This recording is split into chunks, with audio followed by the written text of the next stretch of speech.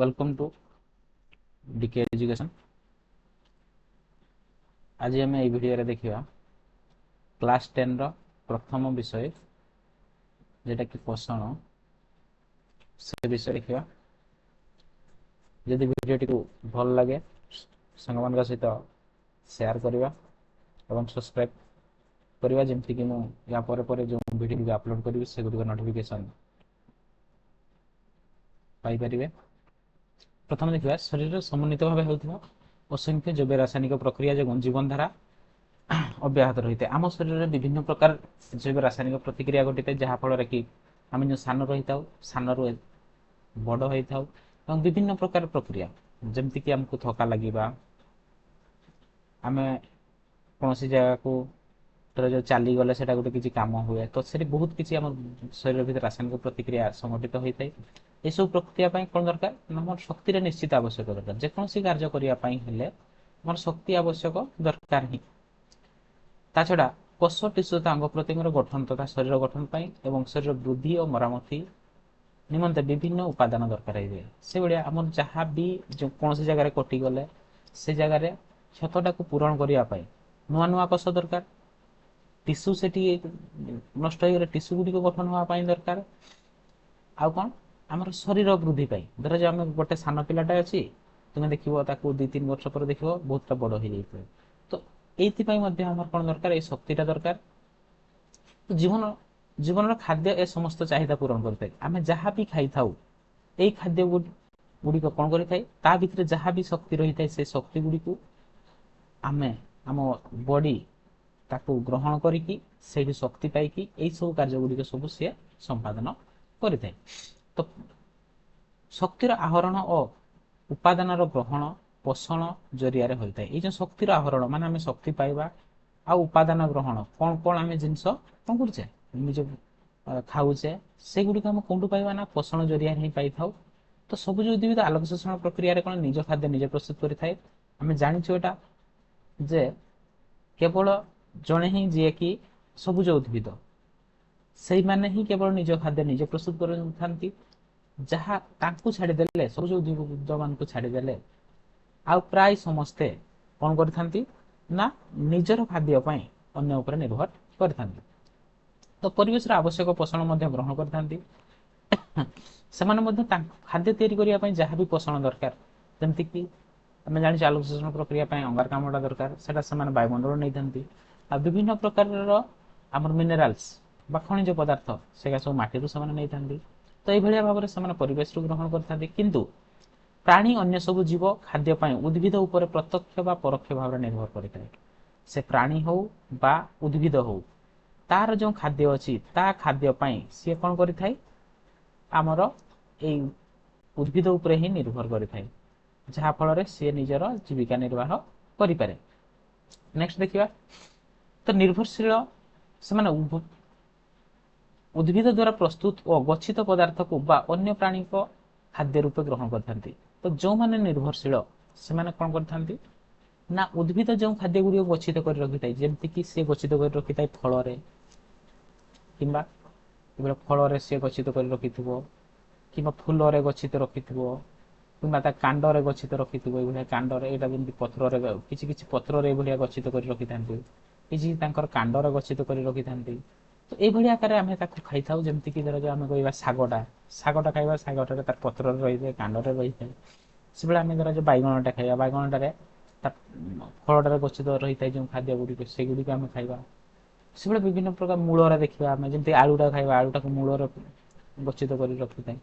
ये विभिन्न प्रकार खाद्य आम रही जो कौन सी आम पत्र गच्छित कर रखी था तो कौन फल कौन कांडरे ये भाव से गच्छित कर रखी था। खाद्य साधारणतः जटिल अवस्था थाए खाद्य कौन थाए ना जटिल अवस्था धरा जो आम जदि कहवा जे धरा जो यहाँ गोटे खाद्य यहाँ आम बॉडी दरकार तो यहाँ दरकार से खाद्य गुड़िक ये सब मिसी मिसी मिसी मिसी गोटे कौन करती ना जटिल अवस्था माने बहुत गोटे बड़ अणु से गठन करके अणु गठन करके रही था। तो जीव शरीर मध्य यह सरल उपादान परिणत हो सबू अंग प्रत्यंग उपलब्ध होता है। यही जो जटिल पदार्थटा रहा এটা যেତେବେଳେ জীବ ଶରୀର ଭିତରକୁ ପଶିଯାଏ ସେତେବେଳେ ସେ କଣ କରେ ଏଇଭଳିଆ ସାନ ସାନ ସାନ ସାନ ସାନ ସାନ ଖଣ୍ଡରେ ପରିଣତ ହେଇଯାଏ। ଏଇଭଳି ଯେମିତିକି ଆମେ କହିବା ଗୋଟେ ବୁନ୍ଦିଆ ଲଡୁଟାକୁ, ଯଦି ବୁନ୍ଦିଆ ଲଡୁଟା କେମିତି ହେଇଥାଏ ଦେଖିବା। ବୁନ୍ଦିଆ ଲଡୁଟା ଆମର ଏଇଟା ଏଇଭଳିଆ ଏଇଭଳିଆ ବୁନ୍ଦିଆ ଲଡୁଟା ଏଇଭଳିଆ ଏଇଭଳିଆ ହେଇଥାଏ। ଯଦି ବୁନ୍ଦିଆ ଲଡୁଟାକୁ ଆମେ ଭାଙ୍ଗି ଦଉଛେ, ଭାଙ୍ଗି ଦେଲେ କଣ ହବ ନା ଗୋଟେ ଗୋଟେ ଗୋଟେ ଗୋଟେ ଗୋଟେ ଗୋଟେ ଏଇଭଳିଆ ବୁନ୍ଦିଆ ଗୁଡ଼ିକ କଣ ହେଇଯାଏ ଅଲଗା ଅଲଗା ହେଇଯାଏ। ତ ସେଇଭଳିଆ ତ ଯୋଉ ଜଟିଳ ପଦାର୍ଥଟା ଯଦି କହିବା ଆମେ ଗୋଟେ ବୁନ୍ଦିଆ ଲଡୁଟେ, ଆଉ ଯୋଉ ସରଳୀକୃତ ଯୋଉଟା କି ଆମେ ବଡି ଗ୍ରହଣ କରିପାରିବ ସେ ଗୋଟେ ଗୋଟେ ଗୋଟେ ଗୋଟେ ବୁନ୍ଦିଆ ଯଦି ଆମେ ମନେ କରିବା, ତ ଏଇଭଳି ଆକାର କଣ କରିଥାଏ ଆମ ବଡି ତାକୁ ଗ୍ରହଣ କରିଥାଏ। ସେଠାରେ ସରଳ ଖାଦ୍ୟର ଦହନ ବା ଜାରଣ ହୋଇଥାଏ କୋଉଠାରେ ନା ଆମ ବଡି ଭିତରେ। ଏଇ ଯୋଉ ଯେ ଆମେ ସାନଟା ପାଇଗଲେ, ଧର ଯୋଉ ଏଇଭଳିଆ ବୁନ୍ଦିଆ ଭଳିଆ ଜିନିଷଟା ପାଇଗଲେ, এইটা କଣ ହୁଏ ଆମ ବଡି ଭିତରେ ଜାରଣ ହୁଏ। ଜାରଣ ହେଇ এইଠୁ କଣ ବାହାରେ ନା ଶକ୍ତି ବାହାରିଥାଏ। ଜାରଣ ହେଇକି ସେଇଠୁ ଆମେ କଣ ପାଇଥାଉ ନା ଶକ୍ତି ପାଇଥାଉ। ଶକ୍ତି ମୋଚନ ଏକ ତଥାକଥିତ ଧ୍ୱଂସାତ୍ମକ ପ୍ରତିକ୍ରିୟା। ତାହେଲେ ଦେଖ ଧ୍ୱଂସାତ୍ମକ ହେଲା ନା ନାଇଁ, କାରଣ ଏଇଟା ହଉଛି ଗୋଟେ ଥିଲା ପଦାର୍ଥ, ଏଇଟା ଭାଙ୍ଗିକି ଶକ୍ତି ବାହାରେ। ଆଉ ବିଭିନ୍ନ ପ୍ରକାର ଜିନିଷ ଧରାଯାଉ ଆମେ କହିବା କାର୍ବନ ଡାଇଅକ୍ସାଇଡ ବାହାରିବ, ଜଳ ବାହାରିବ, ଏଇଭଳିଆ ବିଭିନ୍ନ ପ୍ରକାର ଜିନିଷ ଗୁଡ଼ିକ ସବୁ ବାହାରିଥାଏ। ତ ଏହା ଅପଚୟର ଏକ ଉଦାହରଣ। ତାହେଲେ ଅପଚୟ କେଟାକୁ କହିବା ଯୋଉଟା ନଷ୍ଟ ହେଇଯାଏ, ଯୋଉଟା ନଷ୍ଟ ହେଇଯାଇଥାଏ ସେଇଟାକୁ କଣ କହିବା ଆମେ ଅପଚୟ ବୋଲି କୁହାଯାଏ। ତାହେଲେ ଏଇଟା ହଉଛି ଗୋଟେ ଅପଚୟର ଉଦାହରଣ। କେଟା ଏଇ ଯୋଉ এইটাକୁ তুমি ବହିରେ ଦେଖିକି କଣ କରିବ ଗାର ମାରିକି ରଖିବ। ଶକ୍ତି ମୋଚନ ଏକ ତଥାକଥିତ ଧ୍ୱଂସାତ୍ମକ ପ୍ରତିକ୍ରିୟା, ଧ୍ୱଂସାତ୍ମକ ପ୍ରତିକ୍ରିୟା। ଏହା କଣଟେ ନା ଅପଚୟର ଏକ ଉଦାହରଣ ଅଟେ। ଅପଚୟ ବା କୁହନ୍ତି କାଟାବଲିଜିମର ଏକ ଉଦାହରଣ ଅଟେ। ନେକ୍ସଟ ଆମେ ଦେଖିବା ସେହିପରି ଖାଦ୍ୟରୁ ଶକ୍ତି ଗଠନ, ଶରୀର ଗଠନ ଆଦି ପାଇଁ ଆବଶ୍ୟକ ଉପାଦାନ ସୃଷ୍ଟି ହେବା ଏକ ଗଠନମୂଳକ ପ୍ରକ୍ରିୟା। ସେପରି ଆଉ କଣ ହେଇଥାଏ, ଏଇ ଯୋଉ ଖାଦ୍ୟ ଆମେ ଖାଇଥାଉ ତାଠାରୁ କଣ ଶରୀର ଗଠନ, ମାନେ ଧରାଯାଉ ଆମର ଅଙ୍ଗଟା ସାନ ଥିବ, ଧରାଯାଉ ହାତ ଗା ତୁମେ ଦେଖିବ, ତୁମେ ଯେତେବେଳେ ଧର ତୁମର 4-5 ବର୍ଷ ହେଇଥିଲା, ଯେତିକି ବଡ ହାତଟା ଥିଲା, ଏବେ ତୁମର ବୟସ ଯେତେ ହେଇଯାଇଛି, ଧରାଯାଉ ବୟସ ଏବେ ତୁମର 15-16 ବର୍ଷ ହେଇଯାଇଛି, ତ ଏଇ ଟାଇମରେ ହାତଟା କମ୍ପେୟାର କର ସେଇ ଟାଇମ ରୁ ଏଇ ଟାଇମ ଭିତରେ ହାତଟା କେତେ ବଡ ହେଇଯାଇଛି। ତ କିମ୍ବା ତୁମର ହାଇଟଟା ଚିନ୍ତା କର, ତ ହାଇଟ ସେତେବେଳେ କେତେ ଥିଲା ଏବେ କେତେ ଅଛି। ତ ଏଇଭଳି ଆକାରରେ ଯୋଉ ଶରୀର ଗଠନ ପାଇଁ ଯୋଉ ଆମର ସବୁ ଖାଦ୍ୟ ଗୁଡ଼ିକ ଦରକାର ହେଇଥାଏ ସେଟା ହଉଛି ଗୋଟେ ଗଠନ ପ୍ରକ୍ରିୟା। ତ ଏଇଟାକୁ କଣ କୁହାଯାଏ କନଷ୍ଟ୍ରକ୍ଟିଭ ପ୍ରକ୍ରିୟା ବୋଲି କୁହନ୍ତି। ଏହାକୁ ଚୟ କୁହାଯାଏ। ଏଇ ଯୋଉ ଗଠନମୂଳକ ପ୍ରକ୍ରିୟା ମାନେ ଖାଦ୍ୟଟା ଯୋଉ ପ୍ରୋସେସରେ କଣ ହୁଏ ନା ଗଠନମୂଳକ କାର୍ଯ୍ୟରେ ଲାଗେ, ତାକୁ କଣ କୁହାଯାଏ ନା ଚୟ ପ୍ରକ୍ରିୟା ବୋଲି କୁହାଯାଏ। ଚୟ ଅପଚୟ ସମାହାର ହେଉଛି ଚୟାପଚୟ। ଏ ଦିଟା ଯାକ ମିଶିଗଲେ ଦିଟାକୁ କଣ କୁହାଯାଏ ନା ଚୟାପଚୟ ପ୍ରକ୍ରିୟା ବୋଲି କୁହନ୍ତି। ବା ଦିଟା ଯାକ ଗୋଟେ ହଉଛି କାଟାବଲିଜିମ୍ ଆଉ ଗୋଟେ ଏଟାକୁ ଚୟଟା ହଉଛି ଆନାବଲିଜିମ୍। ଦିଟା ଯାକ ମିଶିଗଲେ କଣ ହେଇଗଲା ନା ମେଟାବଲିଜିମ୍। ତାହେଲେ ଆମେ ଏଟାକୁ ଲେଖିପାରିବା କାଟାବଲିଜିମ୍ ଯୁକ୍ତ ଆନାବଲିଜିମ୍ ଇଜ୍ ଇକ୍ୱାଲ୍ ଟୁ କଣ ହବ ମେଟାବଲିଜିମ୍। এইটা ଆମେ କହିପାରିବା।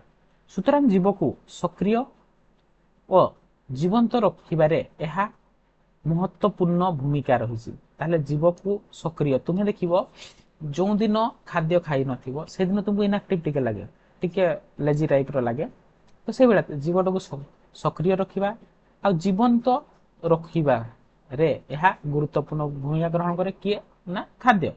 ଏଥିରୁ ସ୍ପଷ୍ଟ ଯେ ବଞ୍ଚି ରହିବା ପାଇଁ ଜୀବ ଖାଦ୍ୟ ଆବଶ୍ୟକ ପଡିଥାଏ। ତାହେଲେ ଆମେ କଣ ପ୍ରତ୍ୟେକ ଜୀବ ବଞ୍ଚିବା ପାଇଁ ସିଏ କଣ ଦରକାର ନା ଖାଦ୍ୟଟାକୁ ସିଏ ଆବଶ୍ୟକ କରିଥାଏ। ତାପରେ ଦେଖିବା ଆମେ ଖାଦ୍ୟର ପ୍ରକାର ଭେଦ। ଖାଦ୍ୟ କେତେ ପ୍ରକାରର? ଖାଦ୍ୟ ମୁଖ୍ୟତଃ ଦେଖ ରାସାୟନିକ ଗଠନ କାର୍ଯ୍ୟ ଓ ଶକ୍ତି ଉତ୍ପାଦନକାରୀ କ୍ଷମତା ଉପରେ ନିର୍ଭର କରି ଆମେ ଖାଉଥିବା ଖାଦ୍ୟକୁ ମୁଖ୍ୟତଃ 6 ଭାଗରେ ବିଭକ୍ତ କରିବା। 6 ଭାଗରେ ବିଭକ୍ତ କରାଯାଏ ଖାଦ୍ୟଟାକୁ। ଆମେ ଯାହା ବି ସବୁ କିଛି ଖାଦ୍ୟଟାକୁ ନେଇକି ମାନେ ରାସାୟନିକ ଗଠନ, ସେ କିଭଳି ଭାବରେ ଗଠନ ହେଇଛି, ସେଇ ଖାଦ୍ୟର କାର୍ଯ୍ୟ କଣ, ଆଉ କଣ କେତେ ପରିମାଣରେ ଶକ୍ତି ଦିଏ, ଏଇ ସବୁକୁ ନିର୍ଭର କରିକି ବା ଆଲୋଚନାକୁ ନେଇକି ଖାଦ୍ୟକୁ ଆମେ 6 ଭାଗରେ ବିଭକ୍ତ। ପ୍ରଥମ ହେଲା କଣ ଶ୍ଵେତସାର ଜାତୀୟ ଖାଦ୍ୟ ବା कार्बोहाइड्रेट कहते सेटाको। द्वितीयटा है कौन ना पुष्टिसार जातीय खाद्य जेटाको प्रोटीन बोली कहती। तृतीय है कौन स्नेहसार जातीय खाद्य बा फैट्स बा लिपिड्स बोली जेटाको कहती। तापर है धातु सार बा मिनरल्स। आ गोटे हूँ भिटामिन्स आ गोटे हूँ जल जेटा कि आम जल खाऊ पीऊे जो। तापर एबे देखिबा सबुआकू जो छटा रहिला खाद्यर प्रकार ये छटा को आम गोटे गोटे करी देखिबा। प्रथम देखिबा श्वेतसार बा कार्बोहाइड्रेट। कार्बोहाइड्रेट केटा को कह जाए देख श्वेतसार जातीय खाद्य हूँ शर्करा और मंडद आम खाऊा खाद्यर प्रधान श्वेतसार शर्करा जेटा शर्करा केटा कहती आम जहाँ भी खाद्य खाऊे देख आम ये किसी गोटे एग्जांपल देछि एग्जांपलटा हूँ धर जो एटा हूँ कहार चीनी एटा हूँ जूस एटा हूँ आलू या तो प्रायतः समस्ते तुम नीतिदिनिया खाद्य खाऊ प्रत्येक दिन। तो ये जो आम खाई था ये कौन रही है कौन कौन जगह शर्करा रही है कौन कौन जगह मंडद रही है। मंडद हूँ गछगुड़िक जो खाद्य प्रस्तुत करि खाद्य गुड़िक जो जटिल अवस्था रखि था से जटिल अवस्था कौन कहती मंडद बोली कहती। तो से भाया शर्करा हूँ आम कौन चीनी विशेषकर चीनी जातीय खाद्य जेटा से कहुचे शर्करा। तो आम कौन कौन थ्रू देख बेसी पाई ना आलू भात रोटी या तो हम प्राय समस्ते डेली डेली खाऊे प्रचुर परिमाण मंडद थाए युड़िक कौन थाए प्रचुर परिमाण मंडद जेहेतु युड़िक गछ यही जगह गुड़िक आलू ता मूल जो गच्छित कर रखी था भात मान आमर देखा चाउलटारे से गच्छित कर रखे रोटी मान गहम जो कौन रही है तार गच्छित होगी रही है। तापर देखा चीनी चीनी और गुड़ आदि रे सुक्रोज सुक्रोज नामक गोटे श्वेतसार थाए सुक्रोज। फलरस पनीपरिबार कौन थाए ना ग्लुकोज थाए फलरस पनीपरिबार कौन रही है ना ग्लुकोज जातीय श्वेतसार अधिक परिमाण थाए। श्वेतसार आम सहजरे शक्ति आहरण अन्य खाद्य तो रही जो 6 प्रकार खाद्य रही 6 प्रकार खाद्य आम कौन करता ना ये जो श्वेतसार जातीय खाद्यटा ये श्वेतसार जातीय खाद्य आम सहजरे शक्ति को आहरण कर तेणुक आम देख तुम समस्ते तुमको भात अधिक खायापी दिखती भात खायापी अधिक दिखती रोटी खायापी अधिक दिखती देख तुम अधिक परिमाण खाओ तुम प्रत्येक दिन तुम जहाँ भी तरकारी हो आलूटा निश्चित पड़ी। तो यही गुड़िक आम कौन कर ना सहजरे जेहेतु पाई था तेणुक आम बेसी खाई था जहाँफल आम सहजरे शक्ति पाई पारि था। देखा ग्लुकोज CH रही कार्बन ग्लुकोज संकेतटा कौन रोचे C6H12O6 ये जो रही माने C6 टा लेखा ही नहीं C6H12O6।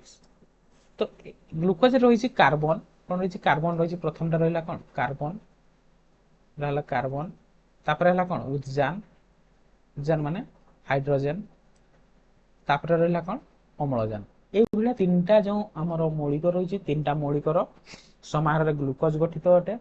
ताले कोशीय श्वसन सेलुलर रेस्पिरेशन रे बेले ग्लुकोज जारण हुए ये जो ग्लुकोजटा केटा ना C6H12O6 ये जारण हुए फल कौन कौन बाहर ना अंगारकाम्ल बाहर जल बाहर आउ किछि परिमाण रे हमको कौन दे थाए ना शक्ति दे थाए। ये जो शक्तिटा अंगारकाम्ल तो आम शरीर बाहर को पलि आसे जल भी आम शरीर बाहर को पलि आसे ये जो शक्तिटा मिली थाए ये शक्तिटा को कौन करि थाए आम शक्ति को आम शरीर विनियोग करि थाए।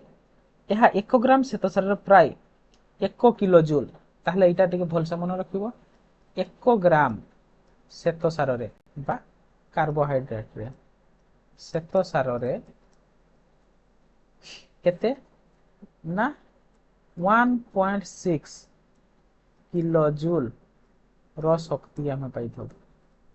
यहाँ टिके समस्त मन रखियो जे 1 ग्राम जदि श्वेतसार थाए ताहले 2 ग्राम रे केते हबो 3.2 किलो जूल। तो ये 3 ग्राम रे केते हबो 1.6 रे सेति गुणन कर देबा 3 गुणन कर देले बाहर जीवो 16 3 48 माने 4.8 किलोजूल। तो यही भाव में आम कौन कर श्वेतसार शक्तिटा पाई था। देखिए पुष्टिसार। पुष्टिसार विषय मुख्यतः माछ मांस अंडा धड़ा अंश। पुष्टिसार आम कौटी बेसी पाई था ना माछ, विशेषकर तुम माछ खाऊ तो माछरे पाई था। आउ कौन मांसरे पाई था। आउ कौन एटा हूँ लहुणी। लहुणी बा आम जो छेना छेनारू पाई था। आउ कौन ना अंडार धड़ा अंश ये पाई था। आ कौटी ना क्षीर। क्षीर में प्रायतः सब प्रकार खाद्यटा मिसिकी रही है, अल्प बहुत रही है। ताले विशेषकर ये पुष्टिसार कौटू पाई था ना माछरू मांसरू। आ कौन अंडार धड़ा अंशटारू छेनारू क्षीर परी प्राणीज द्रव्य और डाली जातीय।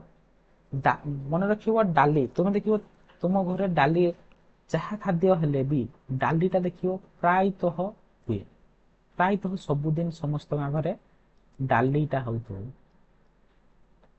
तो कौन है पुष्टिसार खाई था। आउ कौन आ गोटे देखिए सोयाबीन। सोयाबीन तो प्राय समस्त फेवरेट, मत तो सोयाबीन खाया भल लगे। तो सोयाबीन रे कौन रही पुष्टिक सार जातीय खाद्य रही। शरीर वृद्धि ये पुष्टिक सार जातीय खाद्यटा खाइले कौन हुए शरीर वृद्धि से साहाय्य करे एवं नूतन कोष गठन। नूतन कोष गठन रे एटा सब किए साहाय्य करे पुष्टिसार। आउ कौन तंतु गठन।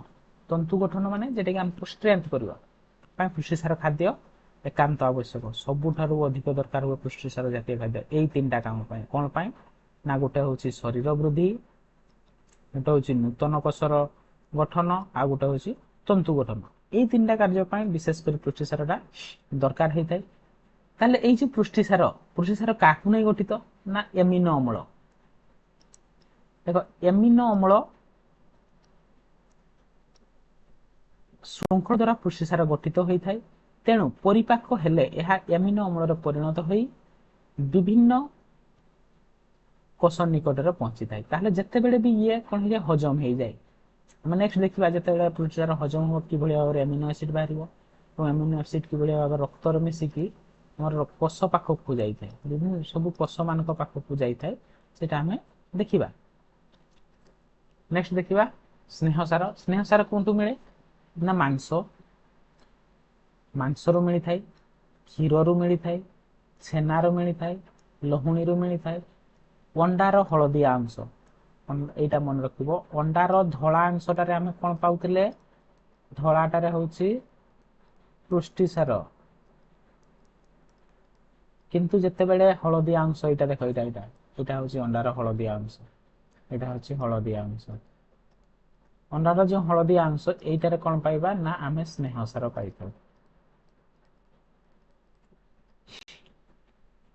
आउ कौन तेल घी स्नेह सार बा चर्बी बा लिपिड जातीय खाद्य था। ताहले आमको जोटा तेलिया लगे जोटा तेलिया लगे से कौन थाए ना आमर स्नेहसार रही है।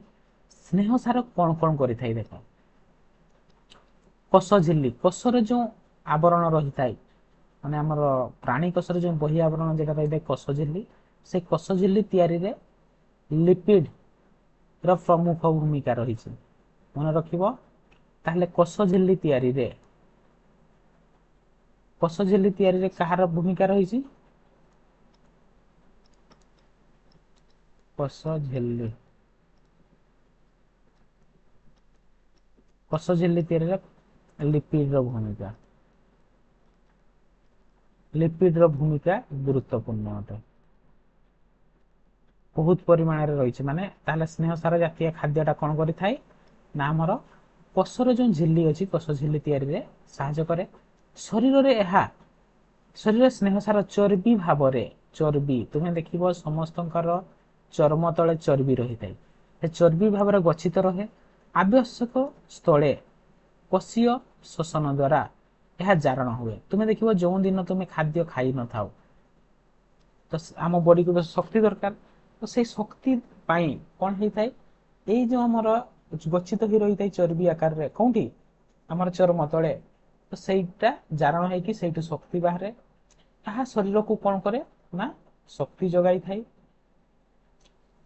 चर्म तले चर्बीर एक आस्तरण रही है। प्राय समस्त गोटे चर्बीर आस्तरण रही है चर्म तले ताप परिवाही होइथिबारु चर्बी शरीर को कौन रखी थाए ନା ଉଷୁମ ରଖିବାରେ ସାହାଯ୍ୟ କରିଥାଏ। ତୁମେ ଦେଖିବ ପ୍ରାୟ ମୋଟା ଲୋକମାନଙ୍କୁ ଶୀତ ଦିନେ ବେଶୀ ଶୀତ ଲାଗେନି କି ଗରମ ଦିନେ ତାଙ୍କୁ ଅଧିକ ଗରମ ଲାଗେ। ତୁମେ ଦେଖିବ କଣ ପାଇଁ? କାରଣ ସେ ହେଉଛି ତାପର ସୁପରିବାହୀଟା, କାରଣ ଭିତରକୁ ସିଏ ତାପ ଯିବା ପାଇଁ ଦିଏ ନାହିଁ କି ବାହାରକୁ ଆସିବା ପାଇଁ ଦିଏ ନାହିଁ। ତାହେଲେ ଜାଣିପାରିଲ, ଏଇଟା ଦେଖ, ଏହାର ଏକ୍ସାମ୍ପଲ ଏଇଟା ହେଉଛି ଲହୁଣୀ, କ୍ଷୀର, ମାଂସ। এইଗୁଡ଼ିକରେ ପ୍ରାୟ ଆମେ ଅଧିକ ପରିମାଣରେ କଣ ଦେଖିବା ପାଇଁ ପାଇଥାଉ ନା ସ୍ନେହ ସାର। ତାପରେ ଦେଖିବା ଧାତୁ ସାର। ଶରୀର ଗଠନ ପାଇଁ ବିଭିନ୍ନ ଧରଣର ଧାତୁ ସାର ଯଥା କଣ? ଧାତୁ ଗୁଡ଼ିକ। ଧାତୁ ମାନେ ଦେଖ, ଧାତୁ କେଉଁ ଯେମିତି କି ଲୌହ ବା ଲୁହା Fe, କ୍ୟାଲସିୟମ ହଉଛି Ca, iodine I, phosphorus P, sodium Na, potassium K। এইভଳିଆ ସବୁ ଧାତୁ ଗୁଡ଼ିକ ଆମ ଶରୀର ଗଠନ ପାଇଁ ଦରକାର ହେଇଥାଏ। ତ ଏଇ ଧାତୁ ଗୁଡ଼ିକ ଯେଉଁ ସବୁ ଖାଦ୍ୟରେ ରହିଥାଏ, ସେଇ ଖାଦ୍ୟ ଗୁଡ଼ିକ ଆମେ କଣ କରିବା? ଧାତୁ ସାର ବିଶିଷ୍ଟ ଖାଦ୍ୟ କହିବା। ଶରୀରରେ ଦାନ୍ତ, ଏଇ ମାନେ ଦେଖ, ଏଇ କ୍ୟାଲସିୟମଟା, ଆମ ଦାନ୍ତଟା କୋଉଥିରେ ତିଆରି? ଏନାମେଲ, ମନେ ରଖିବ।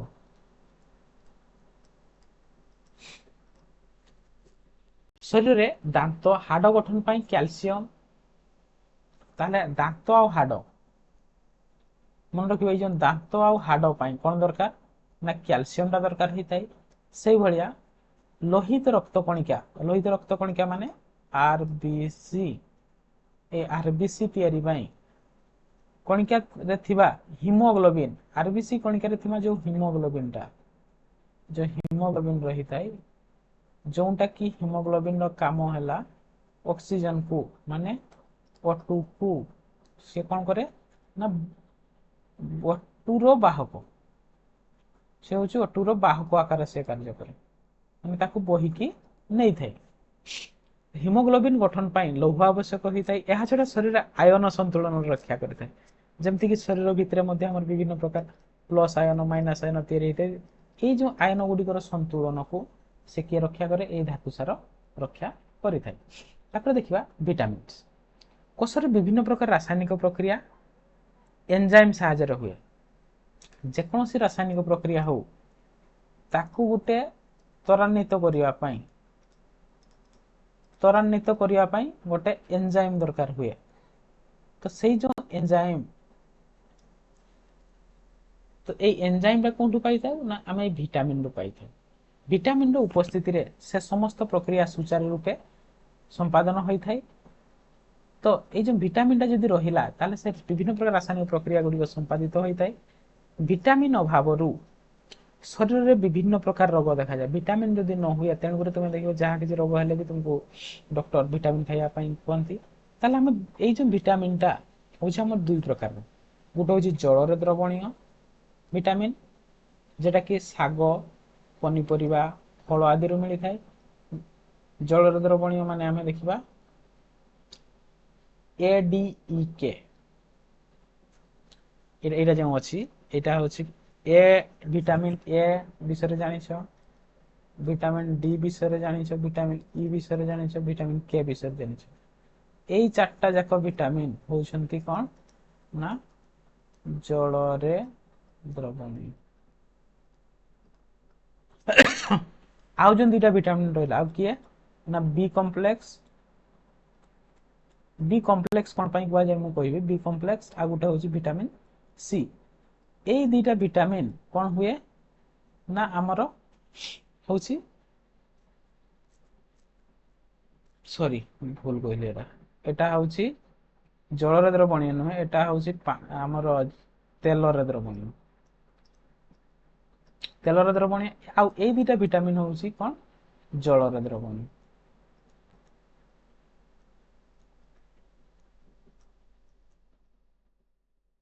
তাহলে এই দুইটা ভিটামিন, ମୁଁ କହୁଛି ଯେ বি କମ୍ପ୍ଲେକ୍ସ କଣ ପାଇଁ କୁହାଯାଏ। ଦେଖ, বি କମ୍ପ୍ଲେକ୍ସ ମାନେ ଭିଟାମିନ ବି ରେ ବହୁତ ଗୁଡ଼ିଏ ଅଛି। ଧର B1, B2, B3, B5, B6, B7, B9, ସେଭଳିଆ B12, এইଭଳିଆ ଦେଖ କେତେଟା ଅଛି?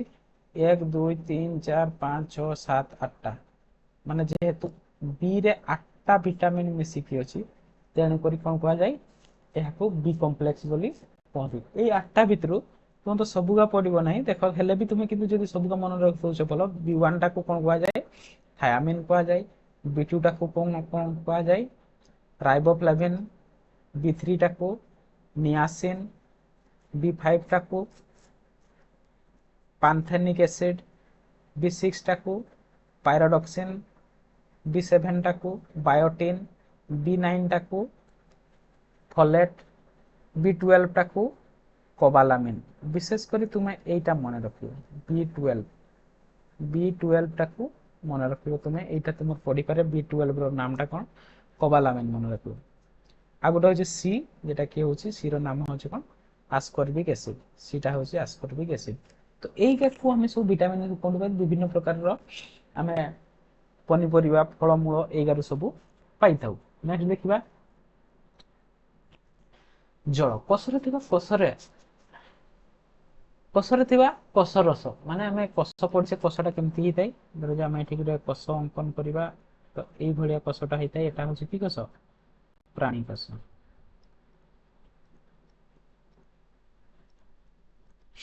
प्राणी कोष ता भितर ये कौन रही है ना ये न्यूक्लियसटा रही है न्यूक्लियस तार तार जो यही पार्ट गुड़िकर जो सब रही है यही पार्ट जो गोटे रसाल पदार्थ रही है यहाँ कौन कहती ना कोष रस।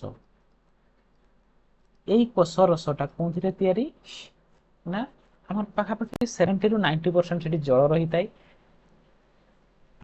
कोषर भाग जल कोषर स्थिति और एथिरे थिबा विभिन्न प्रकार विभिन्न प्रक्रिया पाई जल अत्यंत आवश्यक। जहाँ भी विभिन्न प्रक्रिया होता है तापाई जलटा नित्यांत आवश्यक होता है। तापाई झाल परिस्रा निश्वास रे यही जल गुड़िक शरीर जल क्षय होता है माने आम झाल द्वारा शरीर जलटा बाहरी जाए परिस्रा द्वारा बाहरी जाए आउ जो निश्वास रे जो छाड़ी था तो से जलटा बाहरी जाए तार भरणा पाई ये जो आम शरीर बाहर को पानी टाक त्याग तार भरण प्रत्येक दिन प्राय आमको के 3 ରୁ 4 लिटर पानी पीवा निहाती आवश्यक। शरीर में जलीय अंश कमिगले शरीर अवश हो जाए और विभिन्न असुस्थता देखा दिए। तुम देख ये खरा दिन आसी खरा दिन जदि बॉडी जदि पानी अभाव देखा जाए ताले सनस्ट्रोक होवार संभावना रही है। तो ये आमर 6टा खाद्य विषय। नेक्स्ट देखा पोषण प्रकार। पोषण केते प्रकार पोषण मुख्यतः 2 प्रकार अटे गोटे हूँ स्वभोजी पोषण आ गोटे हूँ परभोजी पोषण। स्वभोजी पोषण केटा कह आ परभोजी पोषण स्वभोजी पोषण को ऑटोट्रोपिक न्यूट्रिशन बोली कहती आ परभोजी पोषण को कौन कहती ना हेटेरोट्रोपिक न्यूट्रिशन बोली कह। नेक्स्ट सब गोटा गोटा कर देखा प्रथम देखिए स्वभोजी पोषण बा ऑटोट्रोपिक न्यूट्रिशन केना जो जो निज खाद्य निजे प्रस्तुत करि पारंती माने कि को माने करि पारंती विशेषकर जो मान पाखे कौन रही है आमर सबुज कणा रही है से निज खाद्य निजे प्रस्तुत करथांती ताकू कौन कह स्वभोजित कह जाए। जमती कि जहाँ पाखे पत्र हरित थिबा समस्त उद्भिद जहाँ जहाँ पाखे पत्र हरित रही है से प्रकार समस्त उद्भिद और समस्त शैवाल आ कौन जहाँ पाखे पत्र हरित रही है शैवाल गुड़िक पाखे से होती कौन स्वभोजी पोषण से करिथांती।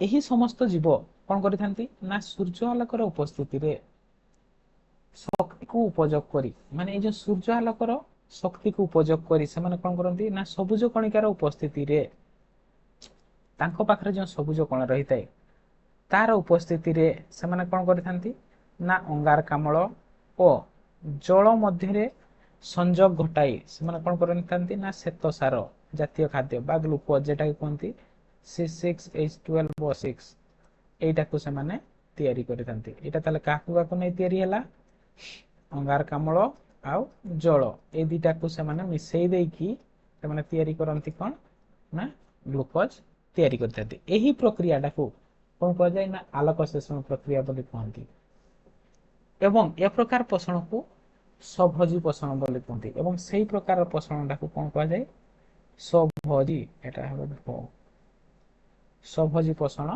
कह जाए। देख यहाँ हूँ गछ गछ ना यहाँ हूँ आम शैवाल गुड़िक यहाँ हूँ गछ ये मैंने कौन करती ना स्वभोजी पोषण करती। आउ को मैंने करती ना नाइट्रेट प्रस्तुतकारी बैक्टेरिया माने नाइट्रेट जो माने प्रस्तुत करथांती देखो एटी तळे गोटे रिएक्शन अछि जेटा कि नाइट्रेट प्रस्तुत करूछि केमती एटी देखो HNO3 माने एमोनिया को अम्लजान सहित से करिकी एटा होछि नाइट्रिफाइंग बैक्टीरिया करथाय कोन करथाय HNO3 HNO3 रा नाम कोन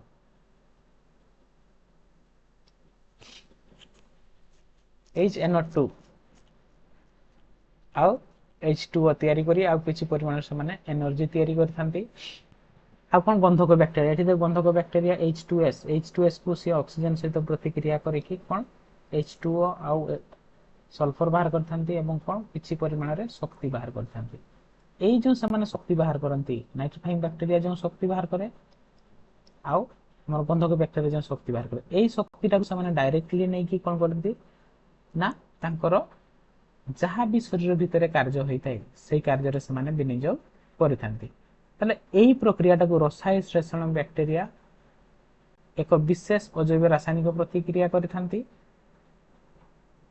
तो या पाखरु जो शक्तिटा मिले सेटा को से माने नै जाई कि तांकर शरीर रे विभिन्न प्रकार कार्य तुलै थांती तो मिलिथवा रासायनिक शक्ति आहरण करी एहा को कोन कहै जाय ना रसायन श्लेषण बोली कहंती